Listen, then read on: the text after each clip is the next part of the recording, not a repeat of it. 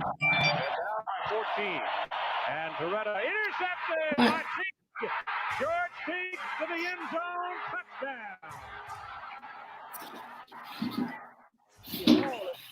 Right in the middle. That's his blitz. Passes away. Penalty flag down. Lamar Thomas has got it. Lamar Thomas is on his way down the sideline. George Teague is after him and runs him down. Hits the ball. Takes the ball away from him. Teague's got the ball. Tackle Teague back at the 12. Game's over. Alabama defeats Miami. Number 2 beats number 1, 34-13. Blitz on from the 1. And they throw a fade right side of the end zone for Owens. He got both feet in. Touchdown catch over the shoulder. Here we go. We're going to have a big fight. There goes Owens. Puts it down. And he levels it. Here it goes. And now Teague is aimed at by an offensive lineman. Flozell Adams pulls Teague away. And Owens is waved to the bench. And he stands in the middle of the star and holds the ball out. Let me tell you something, Brad. Terrell Owens started it. Emmett Smith went out to the 50. Hello, everybody. Man, it's a great day to be out here and spend a little time with you guys.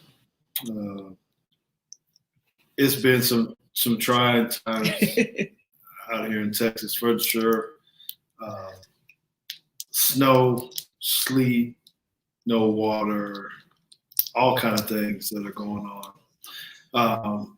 But we're thankful for this day because Consuelo and I can field some questions.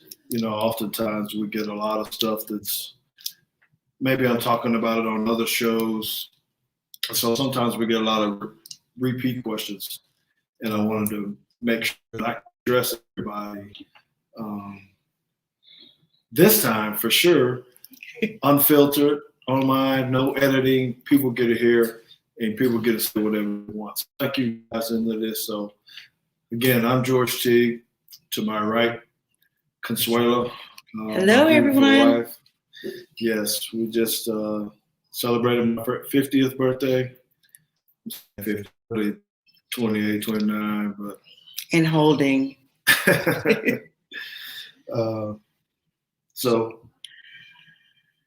Okay. Someone says they can't hear the mic. If that's true. Which mic? Is it me or is it you that can't hear? Type in the, can they hear? Okay. All right. So I just put a message. Okay, well, Jada says she can hear us. Okay, well, Sway, let's get started with this. I think you can. So the format we're going to use, we don't really have one. This is just a conversation with the fans, right? Some people did send in some questions. She'll choose what she wants to use out of that. You can post your messages or your questions here. We see Edwards already put one in. How did it feel to personally strip Lamar Thomas in the 1993 Sugar Bowl? I'm sure there's going to be a lot of questions about that. Of course, there's going to be some things about defending the star, I'm sure. So, Consuelo, how do you want to help lead through this? Well, we'll take this first question that's on the screen now. Okay.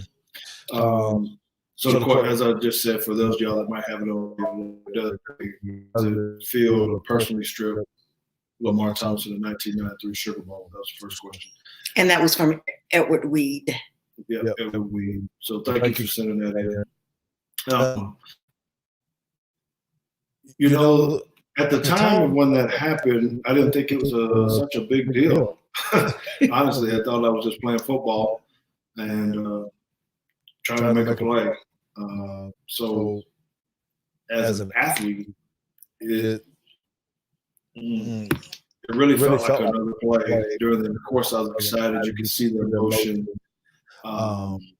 It's just after you realize and you start to see how big of a play it was because you see it on TV and different things. Of course, it has an ultra special place in my heart. But during the play, I have to tell you, I was extremely scared. I was out of position. I was loafing. I was doing all those kind of things that a player shouldn't do. So it was kind of scary, you know. So Edward, thank you for that. You had a second question. You want me to go ahead and go to that second question? Sure. The greatest moment of my sports career. Now, that's kind of tough, Edward, because you talk about what you just talking about, stripping the football. But you know, another moment is obviously when I was hitting Terrell Owens. But I think running the interception back 101 yards where the record still holds is still one of my favorite moments in my career too. Well, we're going to go from a question that was sent in from us, from Brett Thomas. Okay. And Brett poses this question directly to you, George. How does it feel to be destroyed by your wife in fantasy football? I would say I don't know because that didn't happen. Oh my! Oh my! Well, first of all, how many times did you beat Brent? I guess twice. Okay, so he knows what it feels like. All I can say is we played in a fantasy football league. It was us and our street team, people that helped us put this podcast together. The sad thing, but maybe the good thing at the same time, is Consuelo and I made it to the final. So we beat a lot of people. So I had to think of being the charitable man that I am and let my wife win the tournament. Is that your? Well, I still want to. You still had to let me do. I want the eggs and grits and everything else every morning still. Okay. We have a question by Craig Young, and it's on the board now for you, George. And I guess this one is to me. How have you put up with all of George Teague's shenanigans? Boy. Let's just say I knew what I signed up for. Mm-hmm. She did. That was a long time ago. So most of y'all probably know that. Well, I mean, we just told you that we had our 28th anniversary. And I hope y'all can hear my mic okay. But we've been together 31 years. So it's over half of our lives. I'm 50. She's still young. Not quite there. So we've been together a long time. She's had to deal with a whole lot of stuff. But, you know, we're thankful that, or I'm thankful that she's toughed it out with me. Okay, this is a write-in from Ford Johnson. And he says, everyone saw the hit on Owens at the Midfield Star. I've wanted to ask you and Owens have had any interaction since. I guess he's basically trying to say, have you guys had any interaction since then? No. All of our conversation has only been through Twitter or, you know, indirectly or whatnot. So most people, or a lot of people may not know. I actually tried to speak to him a couple of times, especially once he came to the Cowboys when I first reached out to him. So, you know, I just thought it would be good as players that we could kind of, the same way with Lamar Thomas. We didn't speak for a long time. We ended up playing on the same team together. And then once T.O. got here to Dallas, I wanted to reach out to him and just try to make amends. I was on the sideline at the game, and he didn't want to talk to me. You know, and he had some other issues, some off the field issues. I got some advice from someone. Say, hey, you know, it'd be a good thing that maybe you should reach out to him and try to give a hand. Tried to do that. It didn't work either. You know, I think I tried another time. Right after that, after the third time, I decided that was enough. That he wasn't going to return the call. It was, I don't remember her name, but the marketing lady we had, the agent or anything. So I just gave up. So the answer is no. We have not had any type of conversation via phone or email or anything like that since the incident. Along with that question, he also wants to know how you feel about the Cowboys addressing the safety position through drafting or free agency. The Cowboys and trying to mess with here, the history of the Cowboys going after safeties, high-profile safeties, to me, it doesn't seem like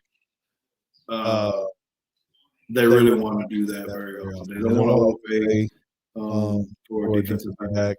They want to put that money up front. Someone that can score touchdowns or something of that nature. And so I'm not real confident that in the draft they'll take somebody pretty high. I think they may try to get someone perhaps in free agency this year if the money is right. I know people are out there that we should definitely look at, but I don't think it's really high on the list. I think they'll go after some defensive linemen first, maybe a couple of linebackers to try to get some more depth there. But it doesn't matter. Until they do something with Dak, it's not going to make a difference. Well, he also said that lately he's been reading that the franchise is undecided about paying Xavier Woods. And he wants to know your thoughts about the overall secondary. So the secondary of the Dallas Cowboys is probably the weak point in my opinion. And it's been that way for some years on the whole team. I think it does have to be addressed. Let some guys go. We just got to be able to finally make a decision of pay a corner like you did Deion Sanders or Darren Woodson or someone. You have to go back and have some guys like that that can be disruptive, like Donovan Wilson, up around the line of scrimmage. I think Xavier Woods is a good player. I always get man out, when someone free agents or something like that. It's kind of hard for me to gauge on what guys are really worth nowadays because there's so much money involved. But I do know that the way the league goes, it's a passing league, and it's kind of dumb that you don't load up in the secondary to try to defend the pass. Okay. And I have another question by Craig Young. Mr. Craig Young, my Facebook friend. How's it feel to be an Alabama Mercantile Hall of Fame? I'll tell you, it's truly an honor to even be considered that. It's not something I was thinking of or on my radar. I don't know. It just wasn't something we ever talked about, right? And so when I got the call about it, it was truly a shock, and it was amazing. And I think it's going to even be probably more surreal when we actually get there for the induction, which is in May. So I'm kind of excited about that as well. I haven't started writing a speech, hadn't doing all that kind of stuff because it's really trying to figure out, well, how do you get there? What do we do? What does it look like? I haven't been to visit. I missed Antonio Langham's and some of the other players when the guys went in. So I really have no good visual or concept about what it is or how it's going to be. I just know I'm nervous about it and excited about it just because the class that I'm going in with, there's some amazing individuals in there. So I am super excited about it. I'm honored, that's for sure. And I guess I had to tell them how I heard about it, right? So let me tell you guys what happened when they gave me the call, because they were trying to make a joke out of it, which they did. It was very, very good. So there's a couple individuals from the Alabama Sports Hall of Fame that called me, and they started asking me questions like, "Where are you from? Where do you live? You know, where did you play at JD?" and all this kind of stuff. And it just felt kind of weird. I thought they were kind of playing a prank on me, right? Because one of the guys says, "Didn't you play for Wetumpka?" For those of you from Alabama, you know what I'm talking about. I was like, "Wetumpka? I ain't playing no ball from Wetumpka." It's like, "Yeah, you're a pretty good player from there." And anyway, so they kept going on about this, and I really thought it was someone playing on the phone, And they said, "Well, we're sorry, because we're actually calling to tell you that you were going to be named like some greatest player to ever come out of Wetumpka, or something." And I was like, "Well, what is going on here?" And then they both started laughing, and they said, "Well, no, we're really called to tell you that you're going into the Alabama Sports Hall of Fame. You've gone through the process, been nominated, and are going to be inducted as long as you can make the trip." So it was kind of funny. I thought I was on candid camera, dating myself a little bit with the candid camera deal, but it was what it was. So I'm happy to be part of that family. Okay, we have a question that was emailed in, and this question is from Kelly Wheeler. And she said, or he said, not sure, "I met you at my first Cowboys game in 2005. You were with Tony Mo signing autographs. You signed the photo of you shoving Tio off the star. I wouldn't be able to listen on Saturday as I will be celebrating my nephew's birthday. So here are some questions. Number one, what are your favorite memories with the Cowboys?" No, I will answer that. I want to say thank you again. I see Tony Beltran and others in here. Thank you guys for joining in. We do appreciate it. Tell everyone to come on in, get their questions, post your stuff, so we can answer those now while we're here. Okay. So my favorite moment with the Cowboys. Well, I'm going to name a few, and then maybe Consuela can kind of chime in on what she maybe thinks or whatnot. But because most people probably would think I would say something about hitting Terrell Owens, on the star. And although that is a huge moment in my career, it's not really considered a play or something of that nature. What other things that stick out in my mind was actually intercepting Brett Favre and taking that one back for a touchdown when we played. Anytime you have the revenge games, I guess when teams trade you and all that kind of stuff, that was pretty big moments for me. I always think about when we played Minnesota, the Vikings in the playoff game, and I ended up having an interception for a touchdown. And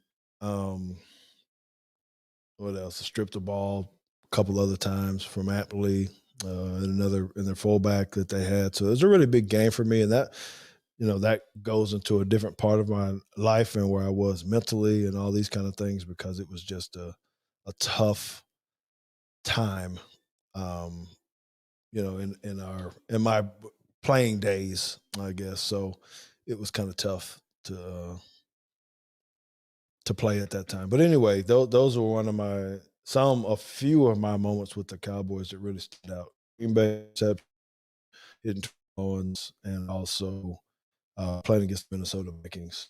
But I probably could name a few others. Okay. Her second question was, what words or conversations that you have with Theo after you shoved him off the star? And we've already covered that. So No, but what I want to address, I hope y'all can give me a moment here and listen to this, because I saw, just on Twitter here recently, things went viral. The NFL memes, people sent out a little deal, and I, saying the funniest sequence ever or whatever. And I kind of tweeted back, oh, what's so funny? I didn't get it, and so that created a lot of discussion. And someone did ask, and I don't remember his name. I didn't write it down and they didn't send it in, but he posted it on Twitter, and he was basically asking, well, was I trying to get back at Terrell Owens for a hit he had made on me earlier, or was I trying to defend the star? And thankfully someone said, well, can't you do both? Which is right. So let me talk about this whole thing for a second, because I think when you're a player, I don't know, Swella, if your job or you listeners or whatnot, if you guys kind of have unwritten rules, that's what I want to call them, unwritten rules that you just follow. It's kind of like no one has ever said, I hadn't seen the rule of where you're supposed to let the lady go in first, but you do, right? It's just the right thing to do. And there's probably all different kind of scenarios with that. There are unwritten rules in the game of football, in NFL particularly, that you just know you're not supposed to do. Here's one. We always knew nobody ever wants to get cut. The defensive, not cut like cut from the team, but we don't want as defensive backs, we don't want wide receivers to go at our legs, right? That's our livelihood, that's our manlyhood. And it's just kind of unwritten rule that I'm not going to cut you, wide receiver, saying to the defensive back, I will not go at your legs. And if I do, I'll be sure to let you know, hey, coach is telling us if I don't cut, my ass is going to be in trouble for this not doing it, right? So we had this kind of mutual agreement between defensive backs and wide receivers on that this is not going to happen.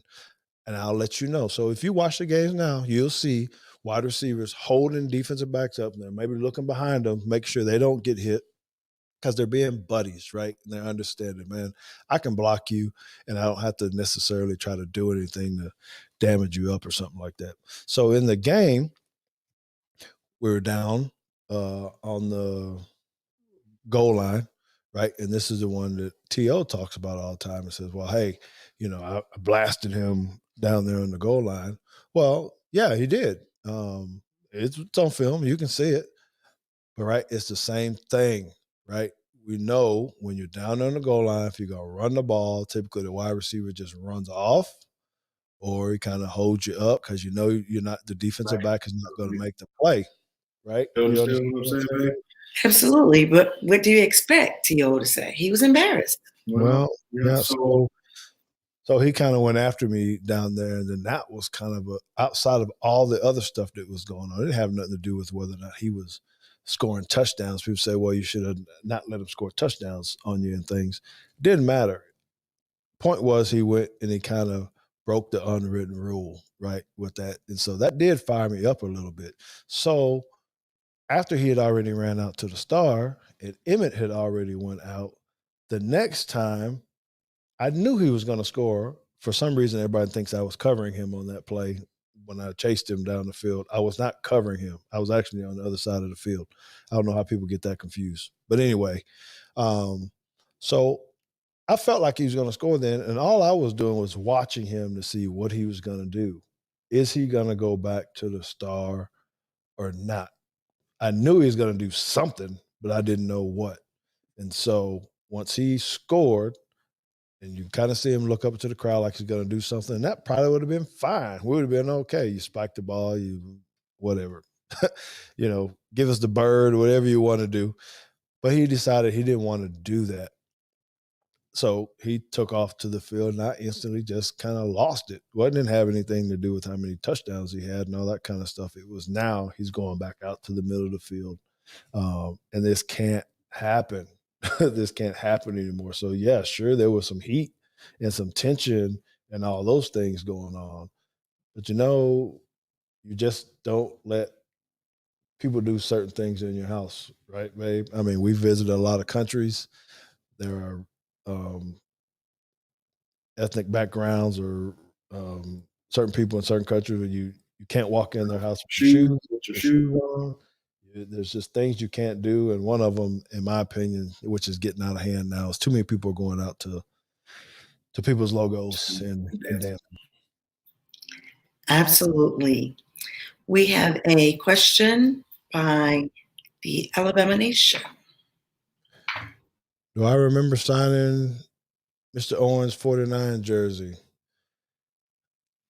So you're gonna have to put some more information on there. You got to help jog my memory a little bit, because I don't. I know what I can surprise everybody with. Should I tell everybody what I have?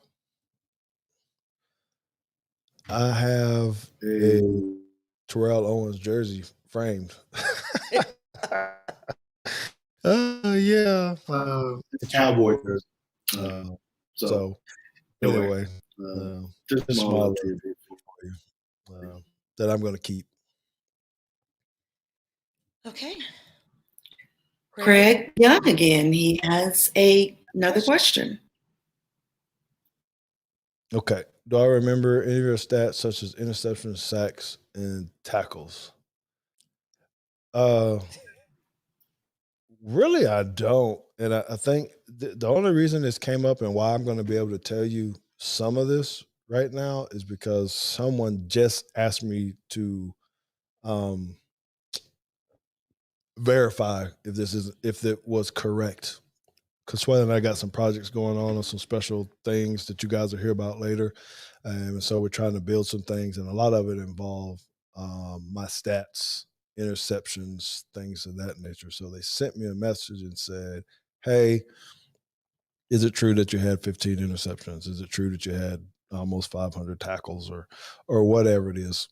And I said, well, yeah, if you're only looking at the regular season stuff, because a lot of those stats, profootballstats.com or whatever it is, they don't tend to put things that happen in the playoffs and things of that nature, so the numbers can go up as well. So I can tell you that the things I don't really look at those too much. I look at probably like a fan at how I remember this play, the interception that went for this.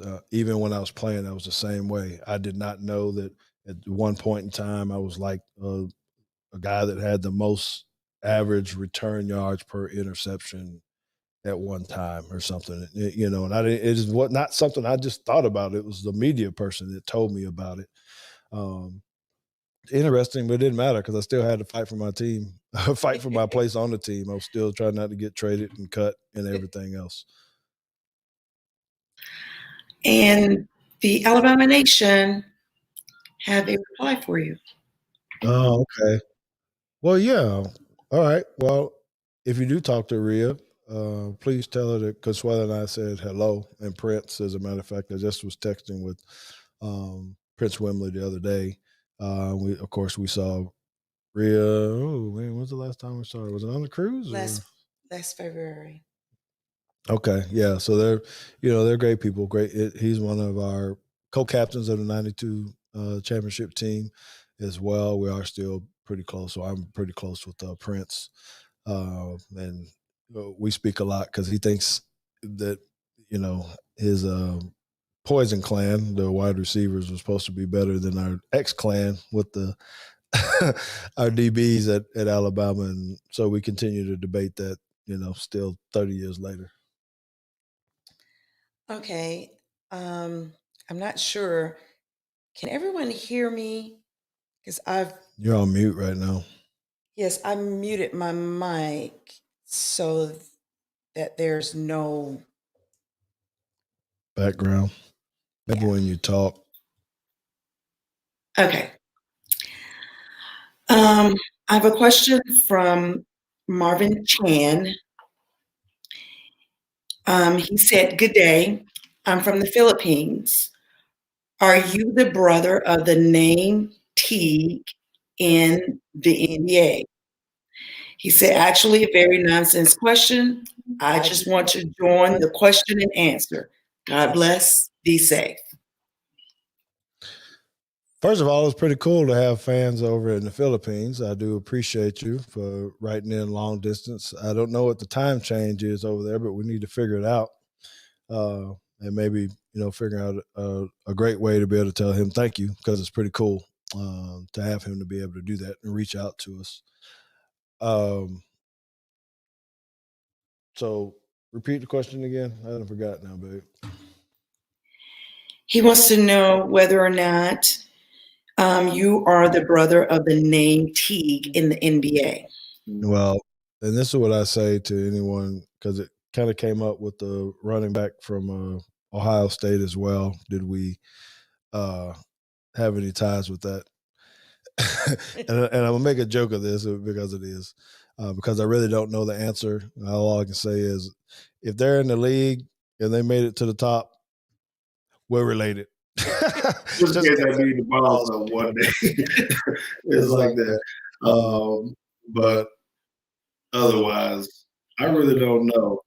Consuela kind of follows our family tree. You got any kind of? I don't have evidence of that.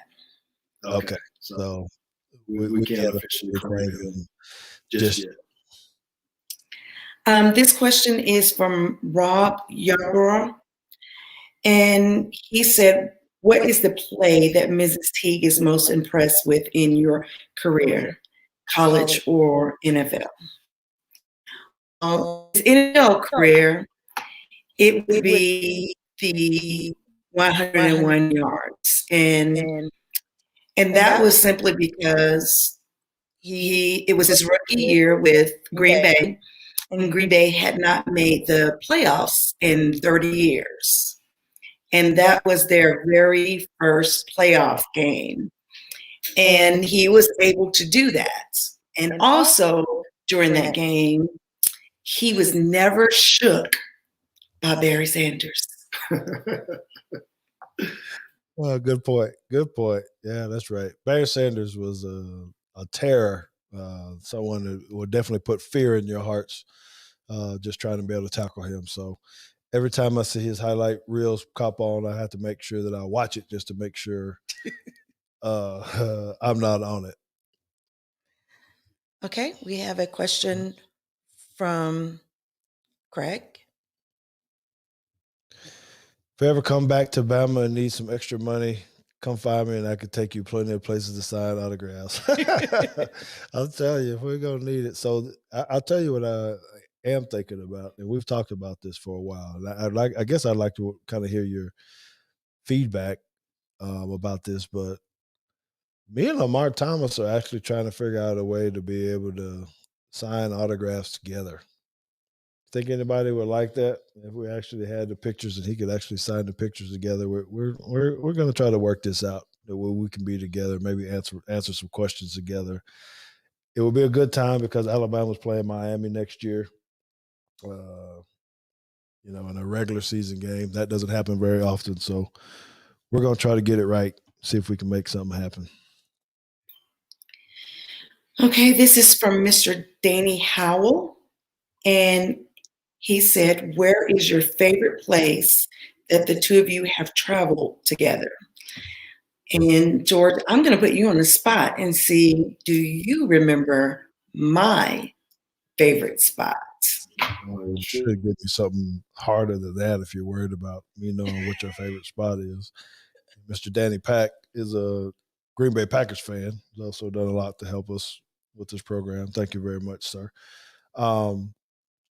So traveling, and we've been blessed to be able to be to a lot of different places, to some different countries, countries like Turkey, not just your normal stuff, Italy, France, Mexico. I don't know where else. Caribbean. Yeah. So we've been to quite a few different areas. And I would say that Consuelo would definitely say that going to Punta Cana was the number one place for. Am I right? Absolutely. Going to Punta Cana was a very nice place. Being on the beach. It was just beautiful, gorgeous white sands, great people. We had a really, really good time there, So I'm looking at Rama Jammer's thing as well. But so for me, because we were alone, right, because we've traveled to other places with different people, I really like that trip. But I think So for the romantic part, Punta Cana is probably the best place. I think one of the more, I'm going to say, interesting places, and I know we didn't really do what we needed to do while we were there and really take advantage of it, but it was when we went into Paris, Yes. and we got to ride the train through Switzerland and go into Italy. I mean, it was really, really, really good trip, fun trip. We were just too young to really know what the hell we were getting into at that time. That's what I think. Yes. Okay, James Riley, 12. Okay. James says, besides improving the secondary, signing Dak long-term, what do you feel the Cowboys' needs are? Ooh. Okay, so the debate seems to be, of course, on defense, right? I think we should get a linebacker first. That's what I think. I think we should get a linebacker first. Then you got to get a 3 technique, something of that nature, where we can continue to get some people up front, and of course you got to get someone in the secondary. So we got to sign Dak right away. We got to do this deal. We got to make that stuff happen. Then we have to get some more depth. I think Sean Lee is going to become a coach or something of that nature. I'm worried about Van Der Esch and his neck, injuries still. I don't think Jada Smith is all the way healthy right now. I know a lot of stuff has to do with COVID and people moving around and these kind of things. So I think it's we got to address the need of linebacker. And then, of course, you got to have some people to plug up in front. So bringing in a new defensive coordinator, maybe that helps. Maybe you change up some things. But we got a lot of defense again. I think we're solid at wide receivers. You keep a running back and Zeke. I don't think we trade him. People were talking about, do we trade him and try to get something else? I think we just try to work on getting Dak signed and then go ahead and secure maybe at least one more guy up front. I can't believe no one said anything about J.J. Watt coming to the Cowboys. I know he's not an inside guy, but I think it'd be hard to pass him up if we can afford him. And then maybe find your plugger in the draft. Okay, there we go. Yeah, and I want to say appreciate Jammer and the others saying that, hey, you guys got some ideas about this stuff with Lamar Thomas and trying to put something together. So I'm real thankful, Consuelo, for the people just coming in and listening to us for a while and hanging out with us. This is our first time ever doing this. Well, this way anyway. I think we did it one other time, maybe via we were on Instagram or Periscope. I can't remember. Yeah. But we have a question from Thomas O'Malley that kind of still flows with the in Cowboy.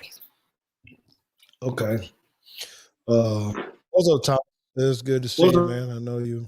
Is that the Tommy from Tuscaloosa from back in the day? Yeah, that is Tommy. Hi, Tommy. You forget the name of the steel company. Yes, I remember him. So he said he wanted to see what I think about the Dak Prescott Cowboys contract situation. Is Dak really worth all the money he is going to get? Yes, do think is worth the money.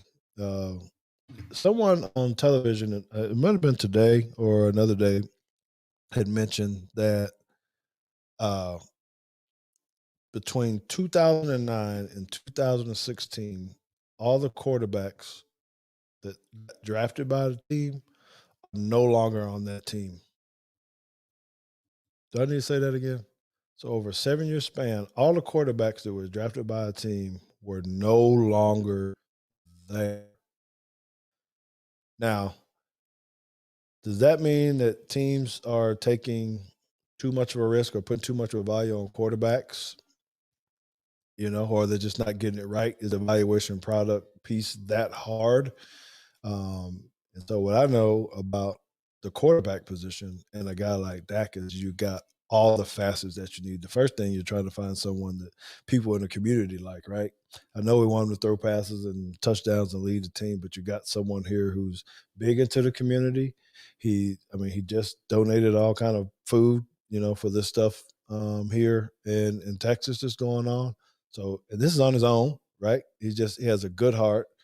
He's doing that stuff, but he's making plays.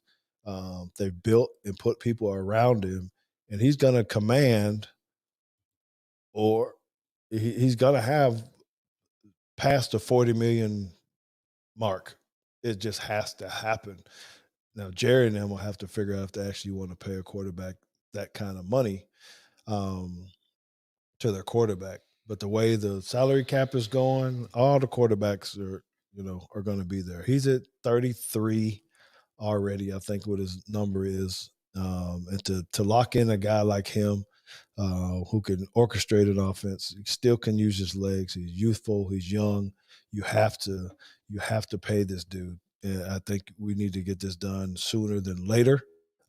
So we can move on and try to figure out what else we want to do in free agency, if anything, and get ready for the draft at the end of April so we can put these pieces together and get this team back on track. Sounds like that's my analyst stuff coming on. And it was good talking to you as well, Tommy. I won't call you Thomas. Tommy O'Malley. Hopefully we'll be able to connect again. We need to have a old reunion of the old basketball stuff and have the old man version. That it will definitely be an old man version. Mm-hmm. Okay. All right. Was there anything you need to cover or say something to the folks, babe, about anything that? Yeah, I guess I can ask you what you want to know. Let me ask you a question. Wow, we did a show on this once before, but I want to do it again.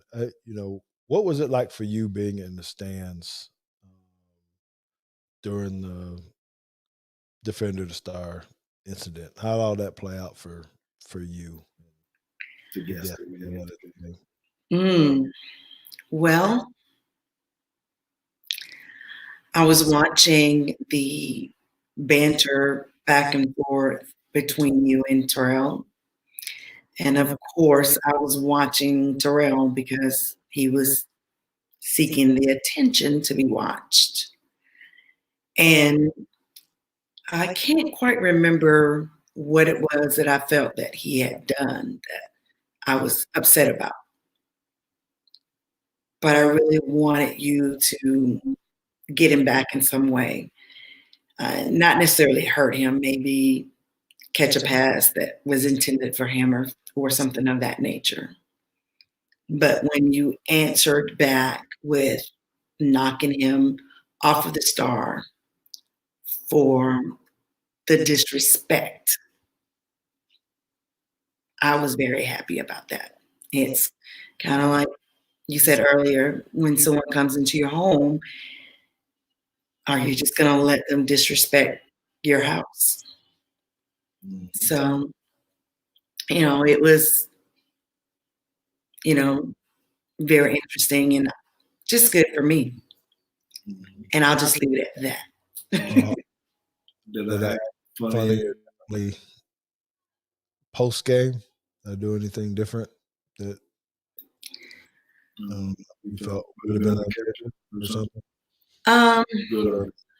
No, you were extremely quiet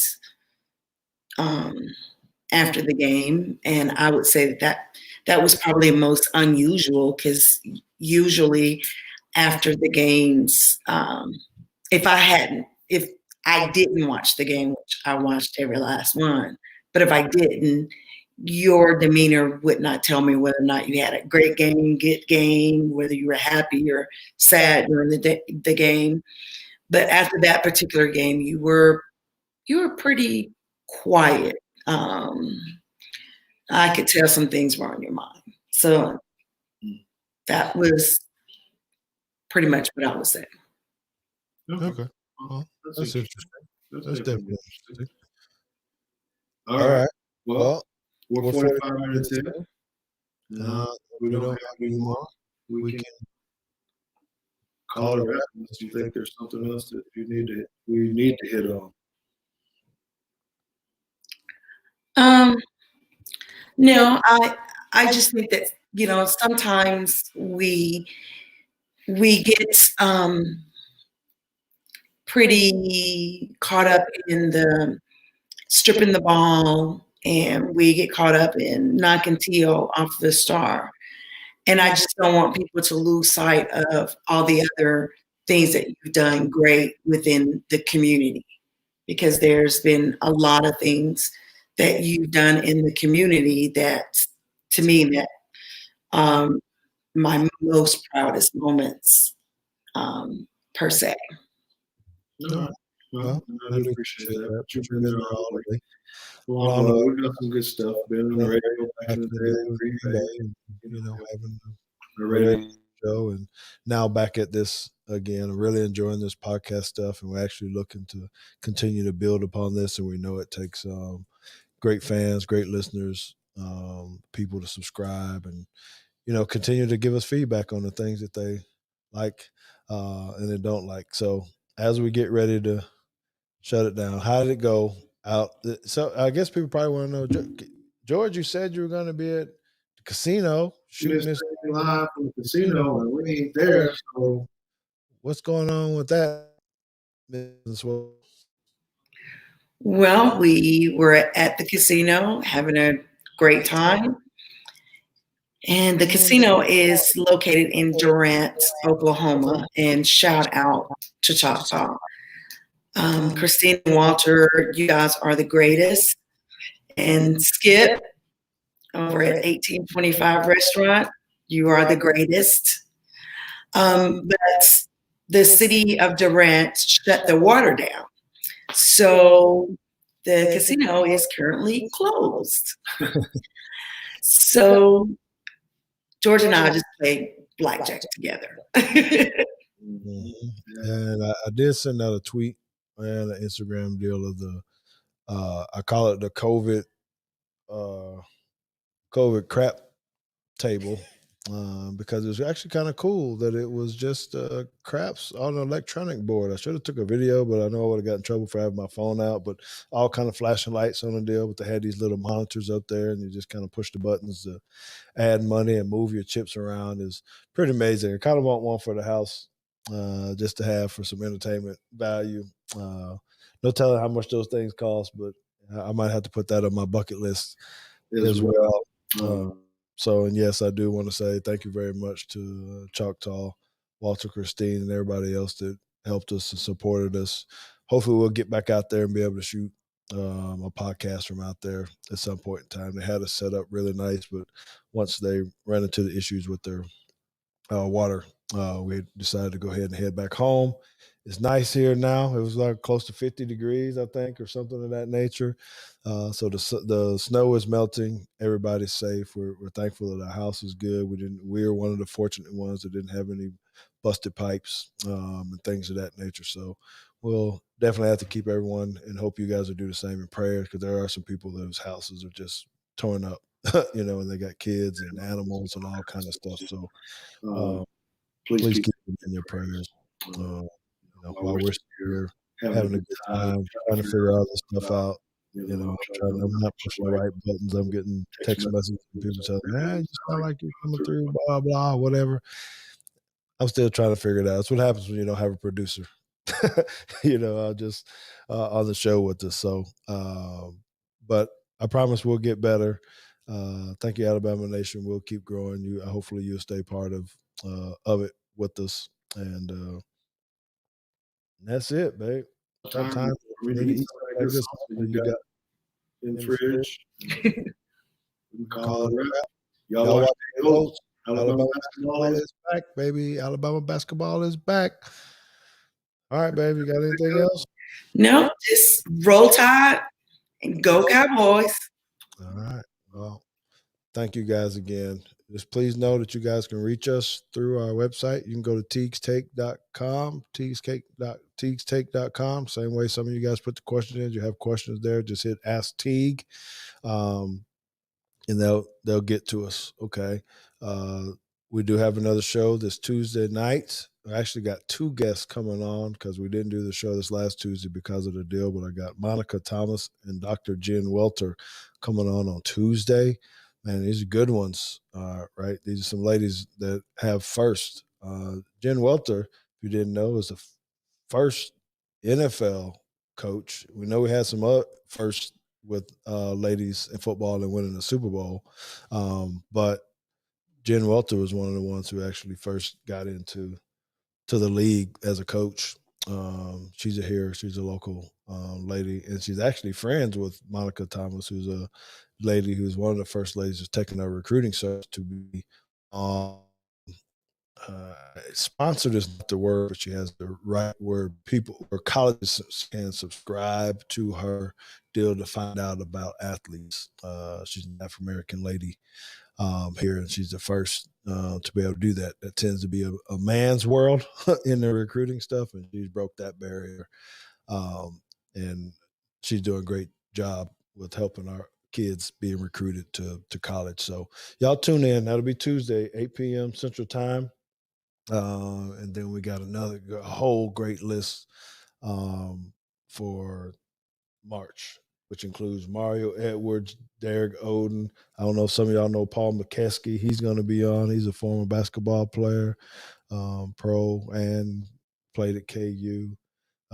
Shoot, man, It's going. He also coached as well, right? He did. He did. I think he had a little bit of time at the Mavs. He did. But you can find all that information when you're looking for our guests. Just go ahead and go to teagstake.com. It was built by Profound Sites. That is Brent. We're very thankful for him and what he does. And so thank you, Brent. Yes, thank you very much. Okay. Well, Roll Tide. Go Cowboys. Y'all have a great day.